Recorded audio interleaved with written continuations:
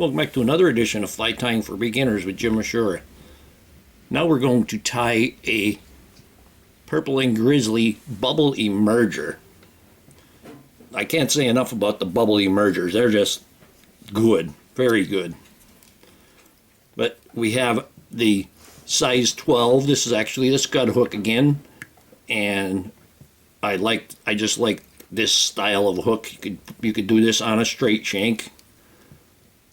And I'm going to use purple thread, and I'm just going to put about 2 millimeters worth of thread on there. Just come back 1/4 of the way. Then I'm going to take purple floss, and we're going to tie that in.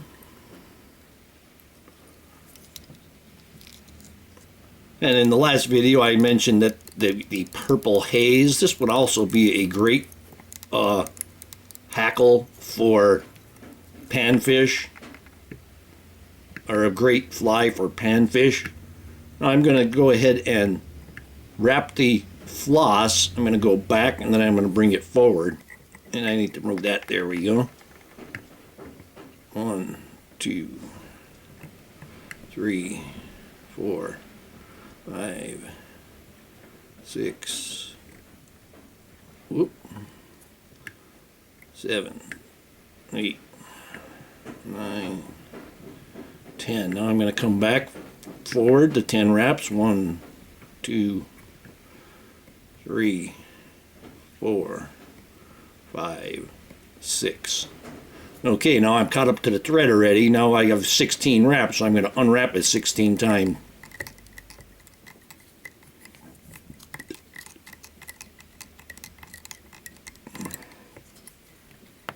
There we go. 1, 2, 3. That's good. I'm going to tie this off here.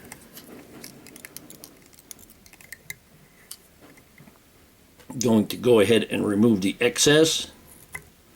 That poke and snip once again. Now for the wing, which creates the bubble, I'm going to use this is a partridge after shaft, but really it's the color that I'm after. The partridge or the gray color, and you can do this 2 ways. You can either wrap this like a hackle, or you can gather everything together from a larger one and just put a puff on the back there. I'm going to go ahead and wrap this because that's the way Jack Artsite did it. And especially if I'm in a hurry, I can just go ahead and grab a puff and put that puff on the back. Now that part that I bent, that I folded back, I'll go ahead and trim that a bit. Doesn't have to come all the way off. So I'll take my delicate hackle pliers and catch that stem. And then be careful because this is truly delicate. And we're going to give this a few wraps. See how delicate it is? I broke it. And I'm going to unwrap that. I'm going to tie that in again. Good thing is I'm getting further down the stem there. Then we're going to go ahead and wrap this.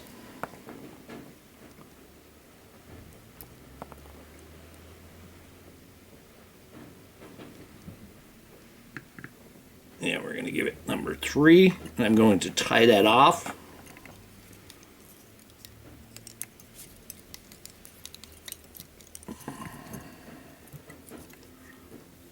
Go ahead and remove that excess. My hackle plier came off, so I'm going to have to cut it.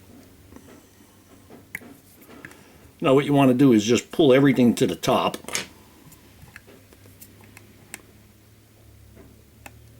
You could give it a wrap behind the hackle just to get that puff to be on top.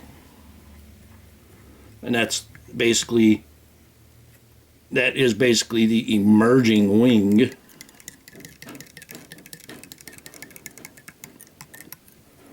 Now I'm going to go ahead and take my Grizzly Hackle, my soft Grizzly Hackle.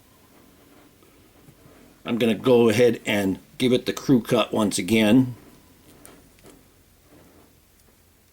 And it is much easier to trim the crew cut going against the grain than trying to go with it. And we're going to tie this in. And then we'll clean that up a little bit. Keep that thread halfway between the hackle and the eye of the hook. Go ahead and give that, there is 2. We'll go around one more time. There we go. And I'm going to tie that in.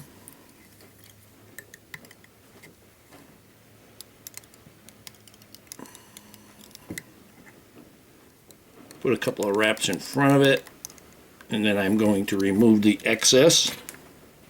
Just take that poke and snip and remove that. And the really nice thing about using the cuticle trimmer, or the poke and snip, if you choose to call it that, is that it's only cutting what you want to be cut. You're not taking any extra hackle when you get the scissors in there, and you get in there and you're cutting what you don't want. But I'm going to go ahead and pull everything back. Hold it all back. I'm going to wrap the head. And then I'm going to come back on the hackle, just like one thread width. Just enough to make it go in the rearward direction. And then we take our whip finish. Once again, with the whip finish, the hook goes over the thread. You go around the camel hump, bring it back, invert it, and there's your X. Just slide that X down to the hook shank. 1, 2, 3. And give it 3 to 6 wraps. Snug that up. Not too tight, because if you break it, sometimes you undo the knot. Trim that off. Take a little bit of head cement.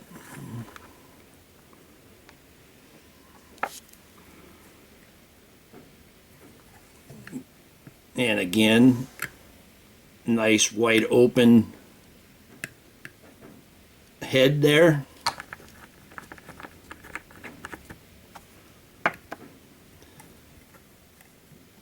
And the secret, if you might say, but the idea behind the bubble emerger, that aftershaft feather that you put on there, it's going to carry a bubble down when you cast. It's going to take that bubble down under the water, and this will be like encased in a bubble a little bit for as long as it lasts. But they're really good flies. I really like them.